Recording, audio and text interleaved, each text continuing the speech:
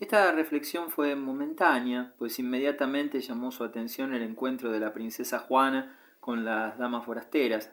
La primera habíase detenido para recibirlas, consciente tal vez de que el movimiento no contribuiría a lucirla, y, como se mostró algo cortada en el cambio respectivo de cortesías, la forastera mayor, ignorante de la calidad de la persona con quien trataba, hizo su saludo en forma tal que más parecía estuviera otorgando y no recibiendo un honor con esa entrevista. Celebro, señora, dijo con una sonrisa que era a la vez de condescendencia y estímulo, que se nos permita por fin el trato de una persona de nuestro sexo, tan respetable como parecéis serlo vos. Debo decir que mi sobrina y yo hemos tenido poco que agradecer a la hospitalidad del rey Luis. Deja, sobrina, no me tires de la manga. Estoy segura de leer en los ojos de esta joven señora simpatías con nuestra situación. Desde que llegamos, noble dama, se nos ha tratado apenas mejor que a simples prisioneras, y después de 1000 invitaciones para que pusiéramos nuestra causa y nuestras personas bajo la protección de Francia, el rey cristianísimo no nos ha dado más que una baja posada por residencia y ahora un rincón de su carcomido palacio, del cual se nos permite salir solamente a la puesta del sol, como si fuéramos murciélagos o mochuelos, cuya aparición en la luz del día es considerada de mal agüero. Mucho lo lamento, dijo la princesa turbada por el giro que tomaba la conversación, de que no hayamos podido recibiros de acuerdo con vuestra condición. Confío, sin embargo, en que vuestra sobrina estará más satisfecha. Mucho, señora, mucho mejor de lo que mis palabras pueden expresarlo, repuso la joven condesa. Solo buscaba seguridad y he encontrado además la soledad y el secreto, lo retirado de nuestra residencia anterior y la soledad mayor aún de la que ahora se nos ha asignado aumentan en mi opinión la protección con que el rey recibe a estas desgraciadas fugitivas. Basta, tonta, hablemos como lo dicta nuestra conciencia, puesto que finalmente nos encontramos solas con una persona de nuestro sexo.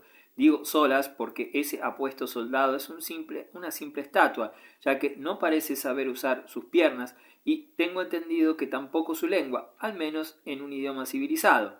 Repito, puesto que nadie aparte de esta dama puede entendernos, que no hay nada que lamente más que haberme lanzado este viaje a Francia. Esperaba una recepción soberbia, torneos, desfiles, cacerías y festivales, y en cambio solo encontramos reclusión y oscuridad, y la mejor compañía que nos ha presentado el rey ha sido un vagabundo gitano por cuyo intermedio nos dijo que podíamos mantenernos en comunicación con nuestros amigos de Flandes. Tal vez tiene la intención de guardarnos aquí hasta que terminen nuestras vidas, para poder apropiarse de nuestras tierras después de extinguida la antigua casa de Croix. El duque de Borgoña no era tan cruel. Le ofrecía a mi sobrina un marido, aunque malo. Hubiera preferido entrar en un convento a aceptar un mal marido, dijo la princesa, que difícilmente hallaba oportunidad para tomar la palabra. Siempre es preferible poder elegir, señora, repuso la voluble dama. Bien sabe el señor que hablo por mi sobrina, pues en lo que a mí respecta, hace ya tiempo que he abandonado la idea de cambiar de estado.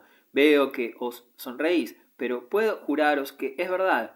Sin embargo, no es esa excusa para el rey, cuya conducta, lo mismo que su persona, tiene más parecido con el viejo Millot, cambista de Gantes, que con el sucesor de Carlomagno. Señora, repuso la princesa con cierta dureza en su tono, recordad que habláis de mi padre.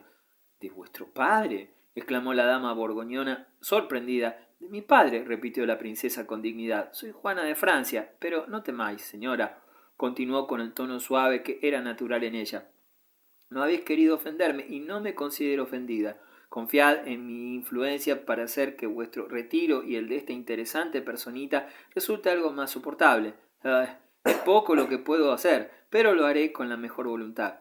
Con sumo respeto y cortesía recibió a la condesa Jamelina de Croix, así se llamaba la dama de más edad, el ofrecimiento de protección de la princesa.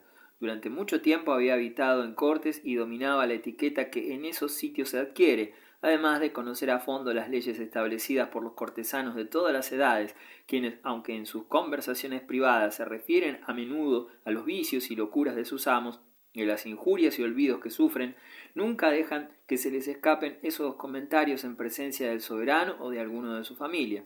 La dama estaba, en consecuencia, profundamente afectada por el error que la llevara a hablar en forma tan incorrecta en presencia de la hija de Luis, y seguramente hubiese agotado sus excusas y lamentaciones de no haber sido vuelta a la ecuanimidad por la princesa, quien solicitó en la forma más dulce, aunque sin dejar por eso de tener que ser considerada como una orden por venir de la hija del rey de Francia, que no se pronunciara una sola palabra más de excusa y o de explicación. La princesa Juana ocupó su silla con una dignidad que le sentaba maravillosamente, e hizo que las dos forasteras se sentaran una a cada lado, a lo que accedió la más joven con respetuosa cortedad, y la mayor con afectación de humildad y no menos afectada deferencia. Hablaron durante algún tiempo, pero con voz tan baja que el centinela no pudo escuchar una palabra. Solamente observó que la princesa parecía prestar atención especial a la más joven e interesante de las damas, y que la condesa Jamelina, aunque muy locuaz, atraía en menor grado la atención de la princesa con sus excesivos cumplimientos que su sobrina con sus respetuosas y breves y sencillas palabras.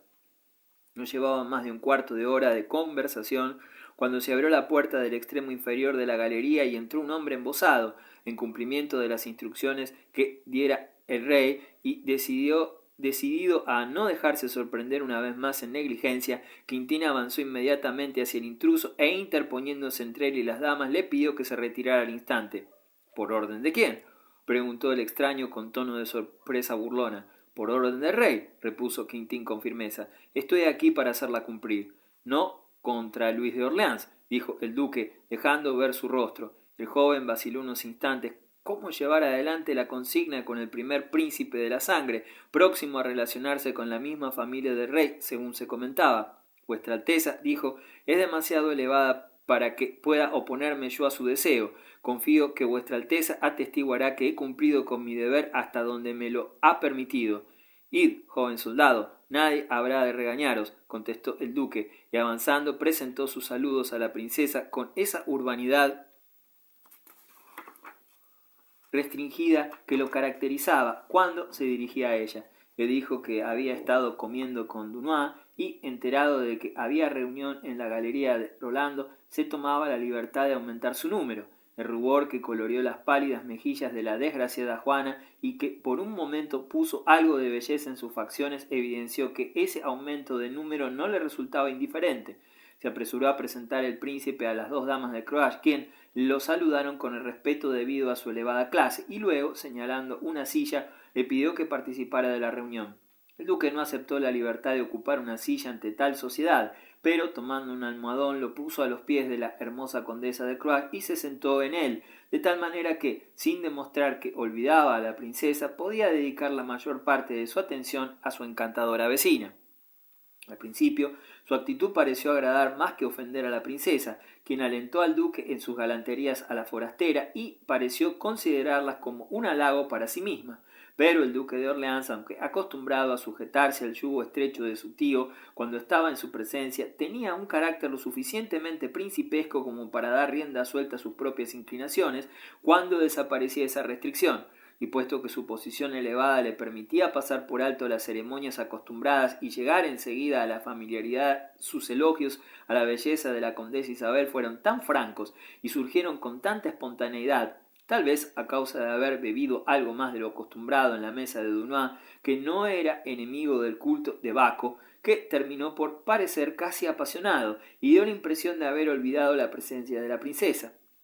El tono elogioso que empleaba era agradable solo a una de las tres personas que componían el círculo, pues la condesa Jamelina vislumbraba la posibilidad de una alianza con el primer príncipe de la sangre por medio de una persona cuya alcurnia, belleza y extensos dominios hacían que ese acontecimiento no resultase imposible, aun a los ojos de alguien menos exaltado, si se dejaban de lado las miras de Luis XI. La condesa, más joven, escuchaba las galanterías del duque con ansiedad y turbación, y de vez en cuando lanzaba una mirada a la princesa, como pidiéndole que acudiese a su ayuda, pero los sentimientos lastimados y la timidez de Juana de Francia la incapacitaban para hacer un esfuerzo por generalizar la conversación, la que, con excepción de unas pocas expresiones de cortesía de la condesa Jamelina, fue mantenida exclusivamente por el duque, aunque a expensas de la condesa de Croacia, cuya belleza dio tema a su florida elocuencia.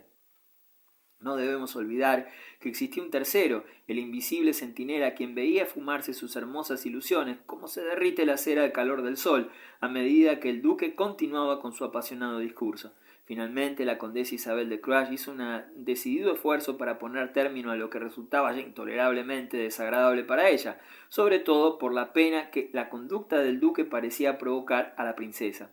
Dirigiéndose a esta última, le dijo con modestia, pero con cierta firmeza, que el primer favor que tenía que pedir a la protección que la prometiera era que Su Alteza tratara de convencer al duque de Orleans que las damas de Borgoña, aunque inferiores en genio y gracia a las de Francia, no eran tan enteramente necias como para sentirse halagadas con una conversación basada únicamente en elogios tan extravagantes. Lamento, señora, dijo el duque, adelantándose a la respuesta de la princesa, que hagáis al mismo tiempo una crítica de la belleza de las damas de Borgoña y de la sinceridad de los caballeros de Francia. Si somos extravagantes y prontos para expresar nuestra admiración, se debe a que amamos como luchamos, sin dejar que nuestro corazón se rija en frías consideraciones y nos rendimos a la hermosa con la misma rapidez con que derrotamos al valiente. La belleza de nuestras compatriotas, repuso la condesa con una severidad que no había osado expresar hasta entonces a su noble vecino, es tan incapaz de obtener tales triunfos como el valor de los hombres de Borgoña de ceder ante ninguno.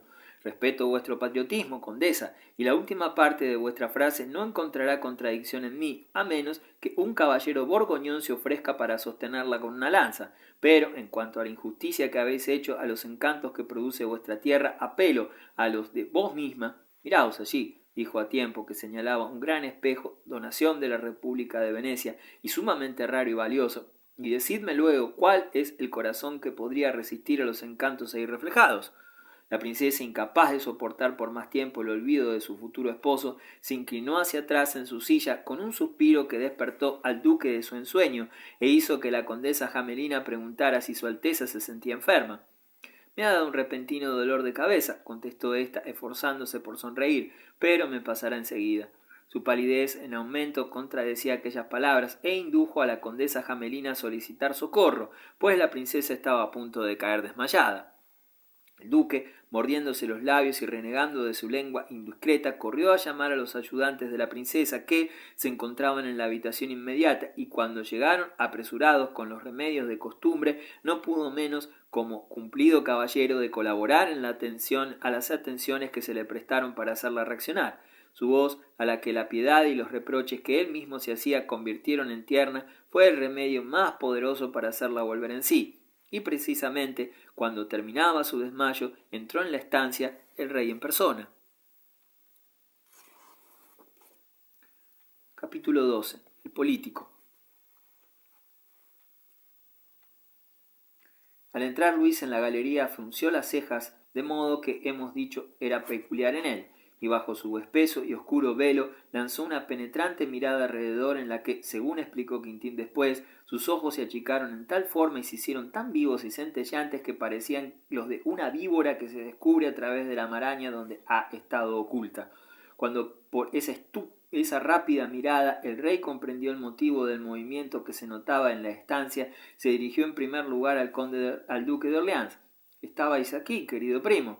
Y volviéndose a Quintín: «¿No tenías órdenes que cumplir?» «Perdonad al joven, señor», dijo el duque. «No ha olvidado su deber, pero se me había informado que la princesa estaba en esta galería y doy por seguro que no se os podría impedir que vinieras a hacerle la corte», dijo el rey, cuya detestable hipocresía insistía en presentar al duque como dominado por una pasión existente tan solo en el corazón de su desventurada hija. «Así corrompéis a los centinelas de mi guardia, pero ¿qué no habrá de perdonarse un enamorado que solo vive por el amor?»